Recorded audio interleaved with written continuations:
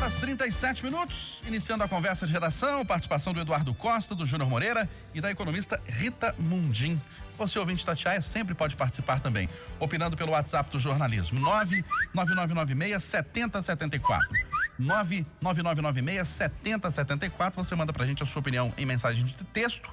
Não se esqueça de colocar o seu nome e a cidade ou bairro de onde você está falando. Políticos e empresários mineiros que teriam comprado e recebido e tomado a vacina da Pfizer contra a Covid-19 em Belo Horizonte podem ser investigados na CPI do Fura-Fila na Assembleia, Júnior Moreira. Bom dia mais uma vez. Bom dia, Eustáquio. Bom dia para todo mundo. Esse assunto é muito delicado, né? Eu acho que primeiro a gente tem que diferenciar ele, o caso dos Fura-Fila na Secretaria Estadual de Saúde, desse caso dos empresários. Por que é diferente? Eu vou explicar e eu vou chegar lá, vamos com calma. A questão da Secretaria de Saúde, furaram fila com o nosso dinheiro. A diferença para mim está aí. Os empresários não, eles compraram. Isso quer dizer que eles estão certos? Se isso realmente for verdadeiro, eu preciso colocar essa condicionante, porque eles compraram com o dinheiro deles, né? Pelo menos não usaram o nosso dinheiro como aconteceu na Secretaria Estadual de Saúde. Eu até sou a favor dos empresários comprar a vacina. Tem muita gente que acha que tem um dilema ético aí, para mim não tem nenhuma barreira ética. Eu acho que se os empresários conseguissem comprar, se a gente conseguisse tomar na farmácia, era uma coisa que ia desafogar o SUS, eu não vejo problema nenhum nisso. Agora, a lei não permite que eles façam isso, a lei que está em vigor, né? Então, eles burlaram a lei se realmente isso tudo aconteceu, né? E quem burla a lei comete um crime. E eu fico pensando em algumas perguntas, Eustáquio. Como que essa vacina foi comprada? A Pfizer disse que não vendeu. Estranho. Quem que vendeu então? Como é que foi esse transporte? Ela veio dos Estados Unidos, de outro país? Como é que entraram com um freezer menos 70 graus dentro de um avião e ninguém observou? Foi para um jatinho próprio? Né? Como é que foi isso? Desembarcou aqui no país, ninguém fiscalizou a chegada de um medicamento no país? Tô achando muito estranha essa reportagem. Eu preciso ter mais calma para analisar por causa dessa situação. Tô vendo muito buraco nessa história toda, essa história tá muito esquisita. Eu gosto muito de analisar, Eustáquio, as notas que são enviadas por pessoas que são citadas em reportagem. Por exemplo, o ex-senador Clésio Andrade. A Piauí, pelo menos está lá na reportagem da Piauí, ele diz o seguinte, vou abrir aspas para ele. Estou com 69 anos, minha vacinação pelo SUS, ele diz, né? Seria na semana que vem. Eu nem precisava, mas tomei. Fui convidado, foi gratuito para mim. A nota que ele enviou para Itatiaia diz que não tomou. Ou seja, a reportagem está mentindo? Ou a nota que ele mandou pra gente que é mentirosa agora? Tem um problema aí. E não tô acusando ninguém de mentira não, tô falando que tem um problema, né? Se ele tá falando a verdade agora com a gente na Itatiaia, a reportagem tá mentindo. 2. A Pfizer disse que não vendeu. Se essas vacinas chegaram e isso tudo aconteceu, como que essas vacinas chegaram aqui? Elas foram extraviadas, foram roubadas? O que aconteceu? 3. O Grupo Saritur, que é citado, disse que as pessoas citadas não fazem parte do grupo societário da empresa. Mas até onde eu entendi e tenho conhecimento e conversei com algumas pessoas, o Grupo Saritur foi dividido há pouco tempo. Então, realmente, os nomes citados não fazem parte da Saritur. Já fizeram. Fazem parte de uma outra empresa, segundo as fontes que eu conversei, chamado Coordenadas, que é também uma empresa de ônibus. Se ninguém tomou, ninguém comprou, ninguém vendeu, a reportagem é mentirosa. E se a reportagem é mentirosa e acusa pessoas de crime, eu não vi em nenhum momento nas 3 notas que eu li falando que ia processar.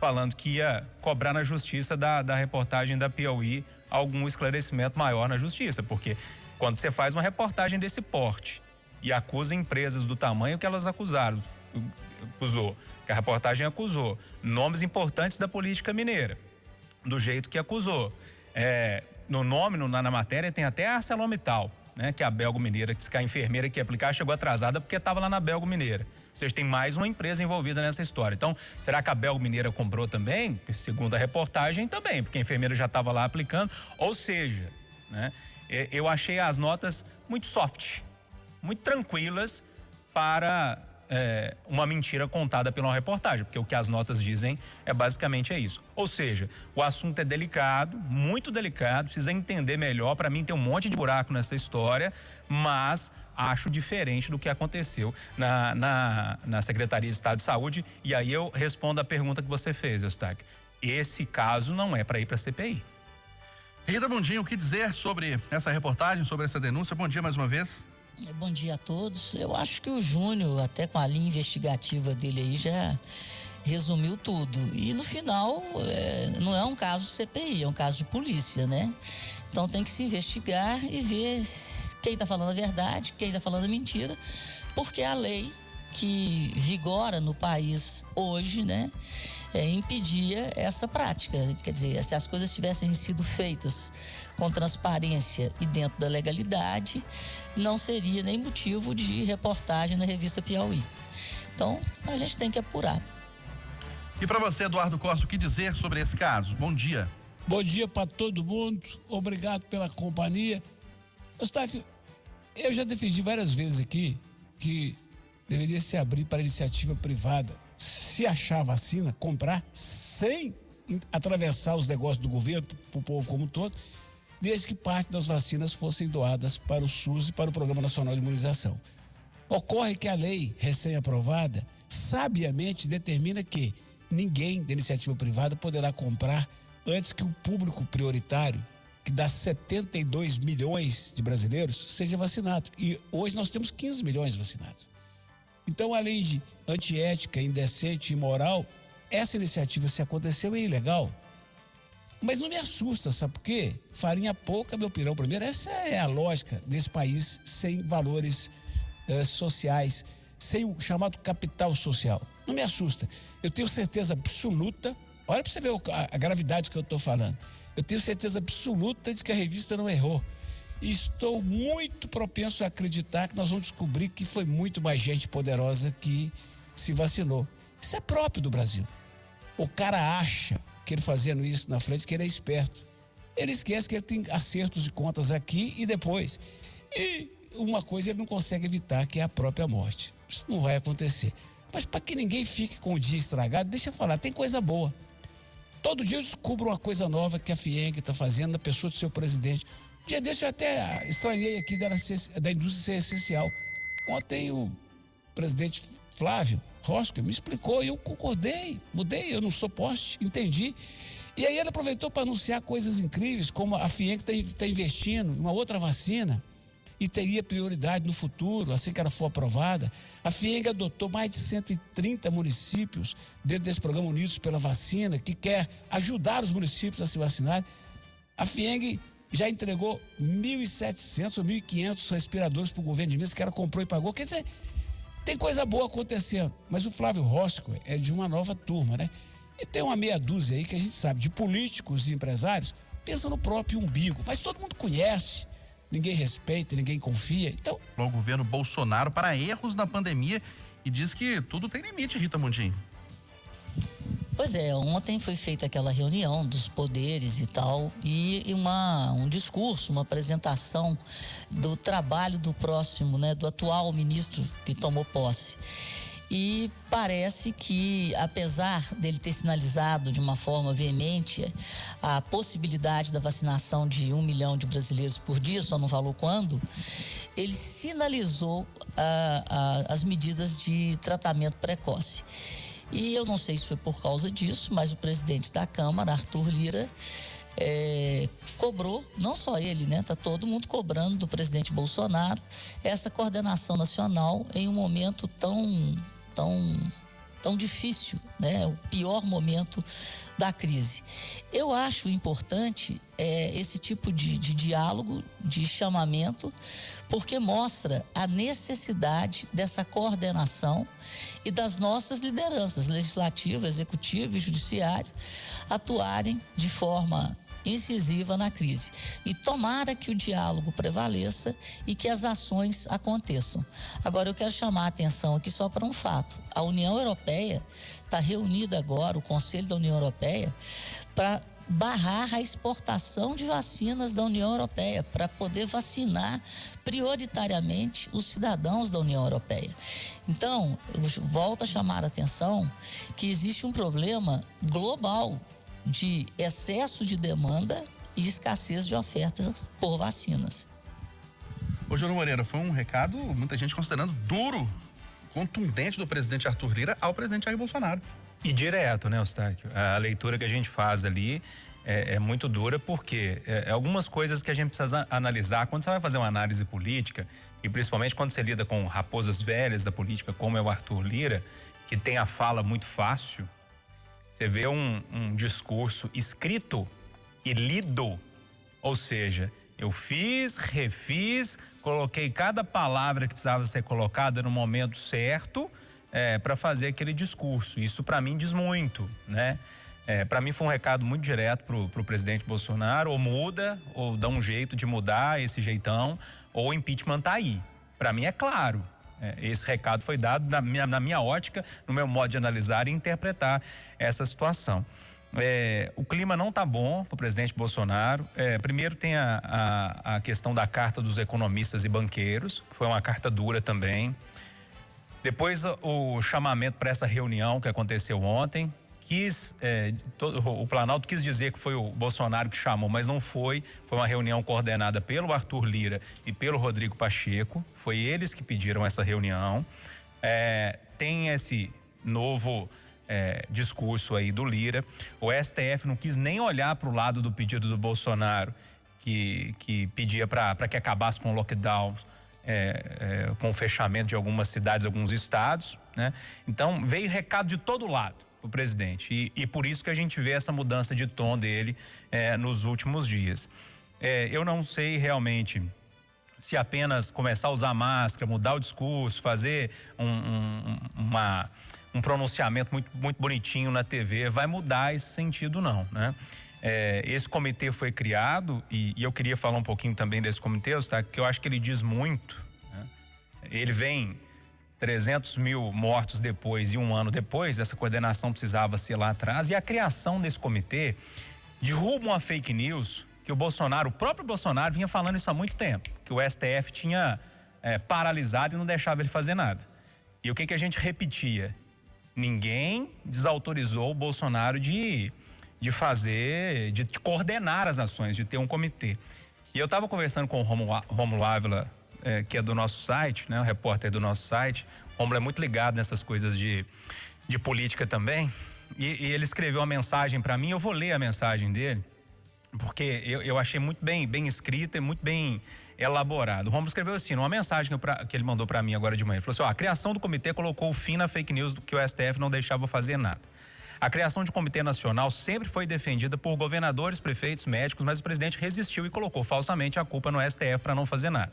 A Corte decidiu que estados e municípios têm autonomia para tomar decisões próprias, mas nunca impediu o governo federal de coordenar e liderar as ações no país. Tanto que agora, com mais de 1 ano e 300 mil mortos, ele criou um comitê. Essa mensagem que o Rômulo escreveu para mim, eu acho que resume bem o que é a criação e o que significa a criação desse comitê. Ô, Eduardo, e essa mensagem, esse recado duro aí do presidente da Câmara, Arthur Lira? Amigo, eu me belisco frequentemente para não ser aquele cara de uma nota só. Os ouvintes devem perceber, eu não sou aquele cara que fica todo dia metendo cacete no Bolsonaro. Ontem eu falei que eu estava animado com o discurso dele, animado com essa reunião com os presidentes de outros poderes, governadores. Aí o cidadão manda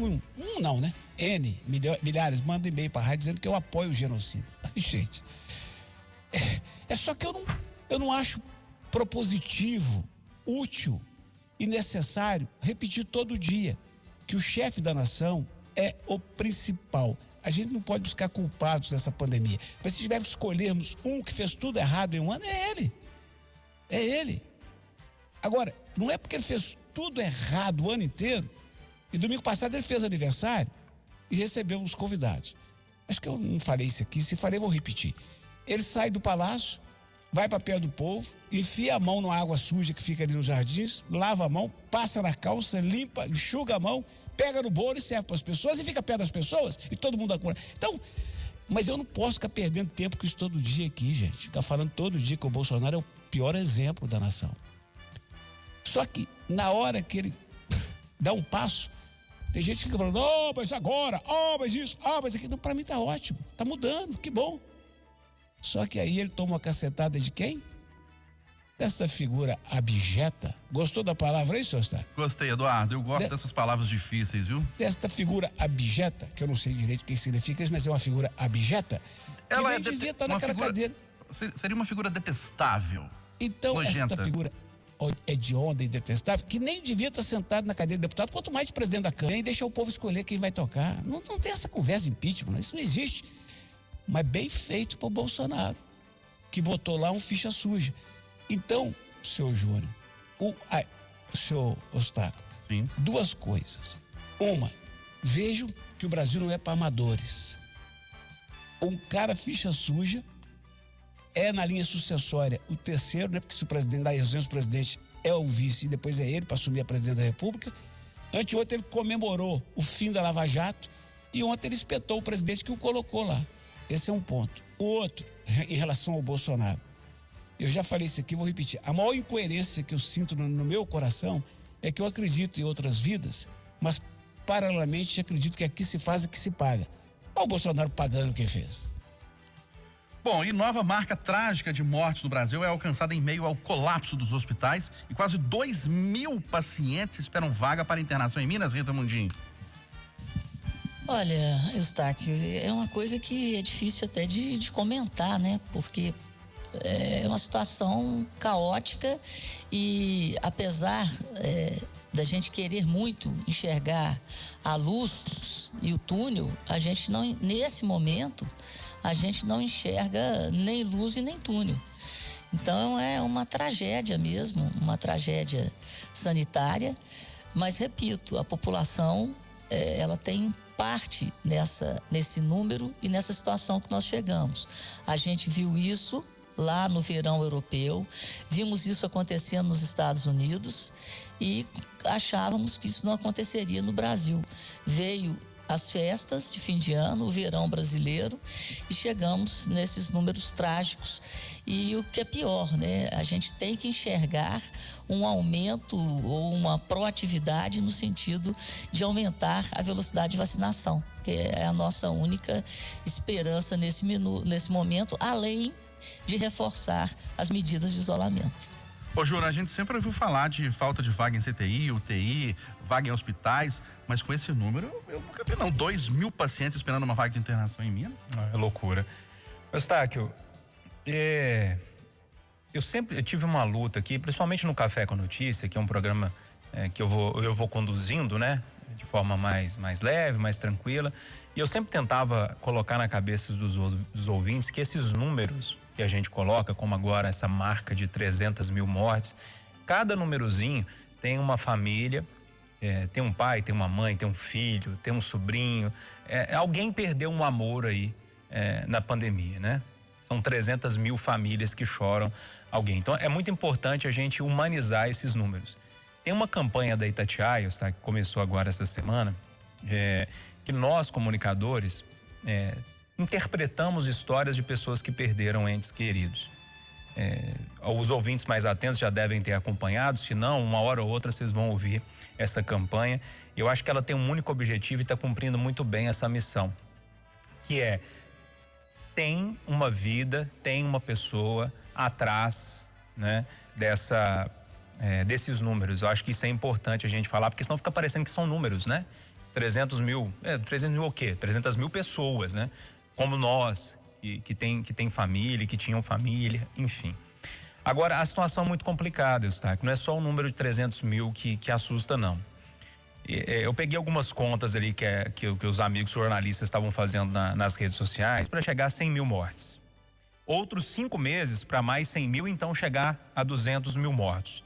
Agora, nós gastamos apenas 2 meses para bater esse número horroroso de 100.000 e chegar nos 300.000 mortos. Se a gente for nessa escalada, a situação do Brasil realmente vai ficar muito complicada, inclusive socialmente e economicamente falando. Tem outra conta que assusta. Nós gastamos 70 dias de crise para chegar a 11.000, né? Foram 75 dias para chegar a 11.000 lá no início. Agora, nos últimos 75 dias, nós perdemos 100.000. Então a situação agora, e esses números mostram isso, não tem como brigar, a situação agora é muito, mas muito pior do que um ano atrás. Então, um ano depois de muito negacionismo, de muita incompetência dos nossos políticos, nós estamos muito pior. E tomara que esse novo ministro traga algum tipo de solução e esse comitê ajude de alguma forma, porque se continuar dessa forma, não sei onde que a gente vai parar. Você também nunca ouviu esse número, Eduardo? 2.000 pacientes esperando uma vaga para internação em Minas? Não, mas em compensação, amigo, eu tô há 40 anos e eu nunca passei uma semana sem alguém pedindo socorro por um leite de UTI. Então, é grave? Claro. Minimizar é loucura. É seríssimo? É. Mas sempre foi difícil e sempre será. Então, para contrapor meu querido Júnior Moreira, que tem razão em tudo que ele falou, eu quero dar o lado bom da coisa. Nós vamos chegar a 72 anos de vacinação agora sábado, não é isso, Eustáquio? Isso. Quem tem 72 anos. A vacinação avança. Ah, mas é a pasta tartaruga. Sim. O RT da prefeitura caiu e agora está estável. Esses dias são difíceis. Dias melhores virão daqui a 2 semanas ou 3 se a gente cooperar, fizer a nossa parte e respeitar o bichinho. E vamos, para quem é católico, na onda do Papa Francisco. Rezar várias vezes ao dia o Pai Nosso. Para quem tem outra fé, faz a sua oração. Vai dar certo e nós vamos escapar, Sostaco. Vamos sim, Eduardo. Deus é fiel. 8 horas e 59 minutos em Belo Horizonte. Final do Jornal da Itatiaia, primeira edição.